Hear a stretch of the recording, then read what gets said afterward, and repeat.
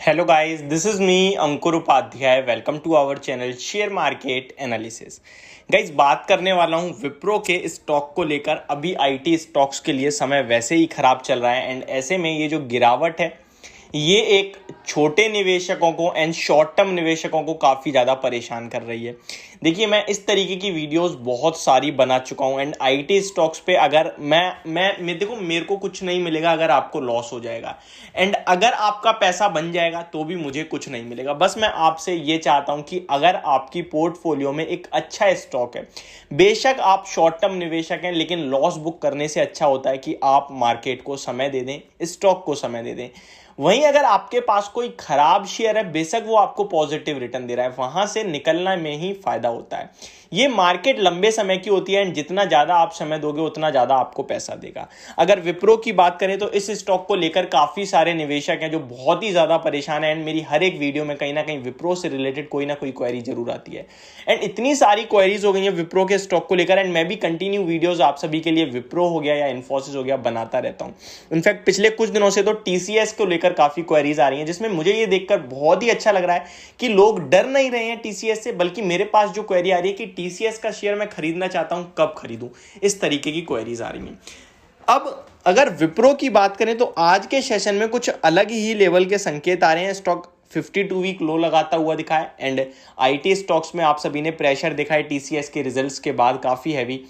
HCL take में 52 week लोज लगे हैं एंड इन्फोसिस भी ऑलमोस्ट 52 वीक लोज के पास ही है. एंड विप्रो की बात करें तो क्वार्टर वन के रिजल्ट्स भी विप्रो के आने वाले हैं 20 जुलाई को, यानी 20 जुलाई को विप्रो अपने क्वार्टर वन के रिजल्ट्स पेश करने वाला है.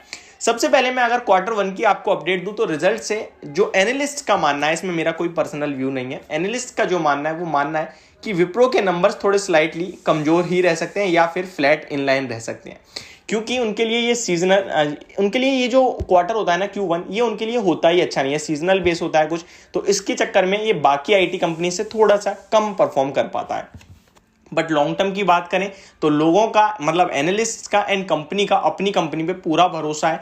एंड अगर विप्रो की बात करें ना आप, तो मैं आपसे सिर्फ 2-3 चीजें शेयर करूंगा. अगर आप निवेशक हैं एंड अगर आप लॉस में हैं तो ऑब्वियस सा लॉस में ही होंगे क्योंकि 52 वीक लो पे खड़ा है. लेकिन अगर आपने 1 साल से पहले बाय कर आए ना, तो आप ये देखिए कि आपने अगर 2 साल पहले स्टॉक को बाय कर रखा होता तो अभी भी आप 78% पॉजिटिव रिटर्न्स के साथ बने हुए होते. तो ये पावर है लॉन्ग टर्म की, ये पावर है स्टॉक को होल्ड करने की. वहीं अगर आप 5 साल पहले लेकर बैठे होते ना तो आप लगभग 106% प्लस रिटर्न्स में होते.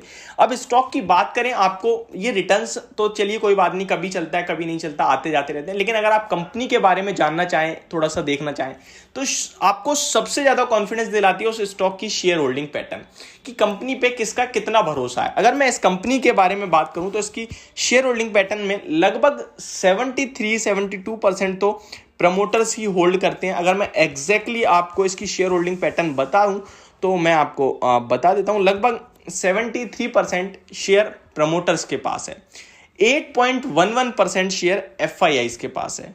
डीआईआई म्यूचुअल फंड्स की बात करें तो लगभग 3.5% का hold DIIs and mutual fund रखते हैं एंड म्यूचुअल फंड अपनी शेयर होल्डिंग पैटर्न इंक्रीज कर रहे हैं.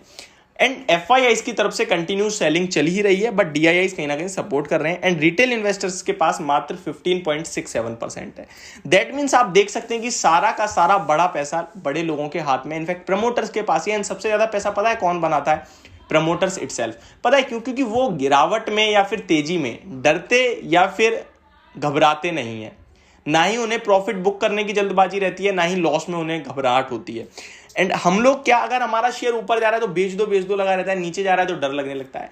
स्टॉक मार्केट में जितना समय दोगे उतना पैसा बनेगा, पैसा जो है वो प्रॉपर वे में बनेगा. ऐसा नहीं है कि आपका 100% कैगर से प्रॉफिट बढ़ता चला जाए, क्योंकि ऐसी बहुत रेयर कंपनीज होती हैं जो इतनी तेज ग्रो करती हैं. एंड ऐसी कंपनी आपको ढूंढने के लिए बहुत ही ज्यादा हो सकता है आप ना ढूंढ पाओ. ऐसी कंपनी ढूंढने के चक्कर में आप सारा पैसा उल्टी सीधी कंपनी इसमें फंसा दो. इससे अच्छा है आप 20% 15% की कैगर वाले स्टॉक में लगाइए एंड 20 साल में आप ऑटोमेटिकली करोड़पति बन जाने हैं. मैं आपको बता रहा हूं, बहुत पैसा, बहुत बड़ा पैसा बन जाता है कंपाउंडिंग की पावर से. लगभग 8 साल में आपका पैसा जो 100% से ग्रो करने लगता है, आपका 15% के रिटर्न से भी. तो आप समझ सकते हैं कि कंपाउंडिंग की पावर कितनी होती है. अब विप्रो के बारे में बात करें तो एक ट्रेडर के व्यू से कल फिर आपके लिए एक हैवी दिन रह सकता है, क्योंकि यहां पे संकेत काफी खराब आ रहे हैं।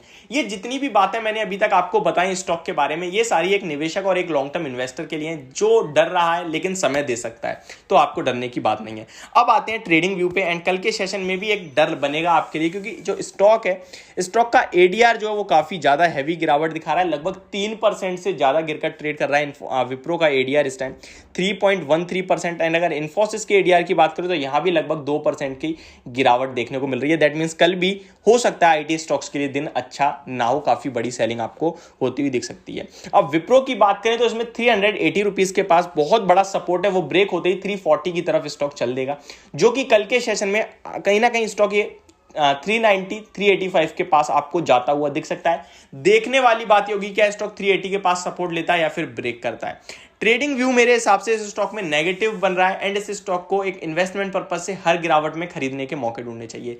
सबसे पहले तो आप एक ट्रेडर और एक इन्वेस्टर मिक्स ना हो जाएं इस स्टॉक में, अदरवाइज आप मिक्स हो सकते हैं। आपको डर है एंड आप टाइम नहीं दे सकते तो प्लीज इस स्टॉक से आप दूर ही रहें। ये बिल्कुल ना सोचें कि बहुत गिर गया बढ़ेगा। अगर आप ऐसा सोच रहे हैं तो बियर मार्केट ऐसी मार्केट होती है जो आपको स्टॉक का प्राइस कितना गिर सकता है ये बता देती है, and same opposite bull market में स्टॉक का प्राइस कितना बढ़ सकता है आप गैस नहीं कर सकते। तो इस स्टॉक से एक ट्रेडर दूर रहे या फिर शॉर्ट साइड पे रहे, एंड शॉर्ट साइड पे भी आपका पैसा बहुत मुश्किल बनेगा, मैं आपको बता दूं, क्योंकि बाउंस बैक स्टॉक्स में आते रहते हैं।